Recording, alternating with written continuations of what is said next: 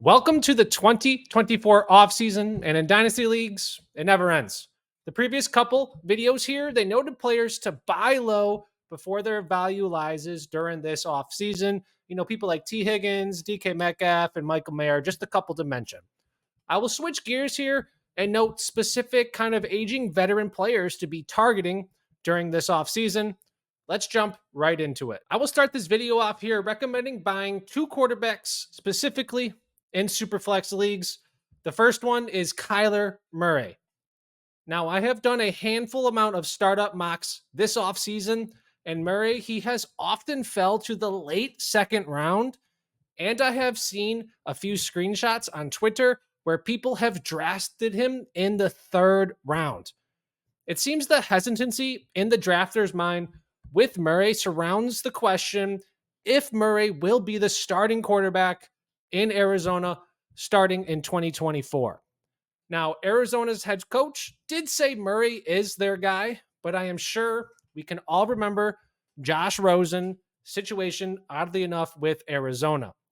Now, regardless if Murray is the Arizona starting quarterback, he will be a starting quarterback elsewhere, right? So looking into Murray, when he returned this past 2023 season following his ACL recovery, he averaged 18.9 points per game and was the quarterback 8. Furthermore, Arizona, they had the 9th best EPA per play with Murray at quarterback. And just a fun fact, analytics, they have Arizona as the most aggressive team on fourth downs. Murray, he will only be turning 27 years old for the 2024 season, and that is still relatively young for a quarterback. He has 5 straight seasons over 18 points per game, including 2 20-point per game seasons.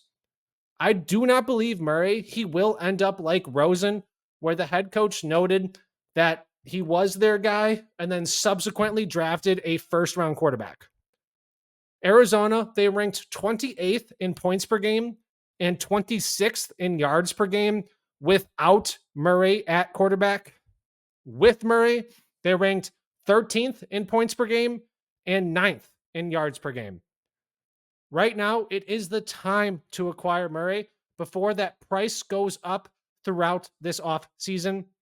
This is the time to acquire a quarterback you can safely assume will get you at least 18 points per game. Now, looking at Murray's 2023, 18.9 points per game extrapolated, that would have been good enough for quarterback 6th on the season. Go get Murray in those super flex leagues. Now, if you are enjoying the content, please drop a like and subscribe to the channel. Now, moving on here, another quarterback to target is DeShaun Watson. Joe Flacco, he ended the Cleveland season raising questions for the quarterback position. You know, if Flacco can have this success, then should Watson be the franchise guy moving forward? Let's not forget Watson. He was 5-1 on the 2024 season. And I am not saying wins are a quarterback stat. Obviously, the defense, they have their individual strengths. And when you have a competent coaching staff, it may be relatively easier to win games. Regardless, Watson, he was 5-1 and he helped lead the team to victories. Now, an added bonus with Watson is his week-to-week rushing floor, as he would have extrapolated to 402 rushing yards on the season. For example, Jalen Hurts, he had 605 yards, Josh Allen had 525 yards, and Patrick Mahomes had 389 yards. It may not seem like the 24 rushing yards per game average is a lot, but that is an extra handful amount of points, and you never know when those points will matter. Let's look at recent trades involving Watson in a Superflex league. Unfortunately, there were no direct swaps, but there were some packages involving Watson. DeShaun Watson and Mark Andrews for a Cooper Kupp, a 2025 first round, and a 2025 second round pick. Another trade here, DeShaun Watson and a 2024 first round pick for Kyler Murray. And then a final one here, DeShaun Watson and a 2024 second round pick for Rashee Rice and Deebo Samuel. So Watson, he averaged 15.1 points per game And extrapolating that, it would have been good enough for quarterback 15 on the season. Quarterback 15 is not flashy, but it is a serviceable quarterback 2 in your superflex spot for those teams. Working off the values above, it seems Watson is at a lower value for a starting quarterback in these superflex leagues. When we look at, potential contract security, that he is owed a lot of money. He is relatively young. So if you can make a package work and Watson is that sneaky piece, go for it. If not, you may be able to throw a couple second round picks and you got yourself a quarterback too. Go get Watson on your teams. Changing gears here to a wide receiver, a veteran I look to acquire is Amari Cooper. Now, Cooper, he will be turning 30 years old for the 2024 season, and people, they may view this as a death sentence. I view this as a buy window to acquire a talented wide receiver who will be producing points for my teams. So I am working off the idea, Cooper, he will be like a 2-year rental for me. With DeShaun Watson at quarterback, Cooper, he averaged 17.6 points per game, and that would have extrapolated to wide receiver 6 on the season for the 2023 season. Now, in those games they played, he had 5 games going over 90 yards. I believe it was out of 8 games. So when we look at the totality of the games played together with Cooper and Watson, it has been 12 games. Cooper, he has 51 receptions, 870 yards, and 4 touchdowns. Let's look here at recent trades. Well, we have 3 straight swaps. So Cooper was traded for a 2024 second. Another trade, Christian Watson. And another one here, Christian Kirk. It seems a solid baseline to work off is a second round pick. Looking individually at Cooper, since 2018, he has had over 1,000 receiving yards in 5 out of 6 seasons, and he has had at least 5 touchdowns in every season. Additionally, he has at least 70 receptions in 5 out of those 6 seasons.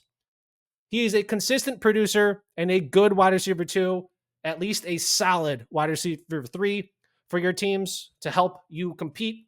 Go get Amari Cooper on your teams. I know I have noted the extrapolation of players mentioned in this video and their season end finish. This serves as a general idea of where they would have finished on their season. Other players at their respective positions, they did get injured too, and everyone's extrapolation, it would have different effects on each player's extrapolation outcome. It is basically just a working baseline just to gather an idea on where they would have been finishing, at least within a range. An important note, is this game sample played as all the players that had at least 6, 7, 8 games played, and that's going to provide a safer idea than if you were just to extrapolate only 2 games. The above players mentioned, they are great players to target if you know you are a contender, at least competing in the 2024 season.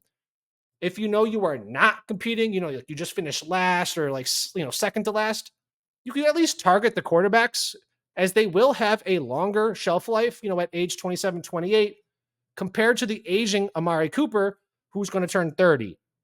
You do not want to give up a second round pick and have Cooper just wasting away on your teams for another year or 2 when you could use that second round pick and hopefully hit on a player who's going to be 21 to 23 years old.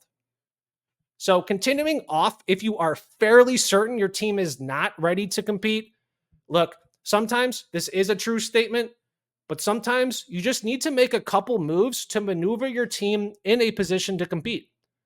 Amari Cooper, he could be one of those moves. Additionally, if you are looking to buy a running back, do not do that right now. One injury, it could derail their entire 2024 season, subsequently derailing your dynasty season too. Thank you for watching today's trade video. If you did enjoy the content, please drop a like and subscribe to the channel. Drop a comment with any trades you have done or if you have any trade questions. Also, check out all of our daily content and I will catch you back in the next trade video.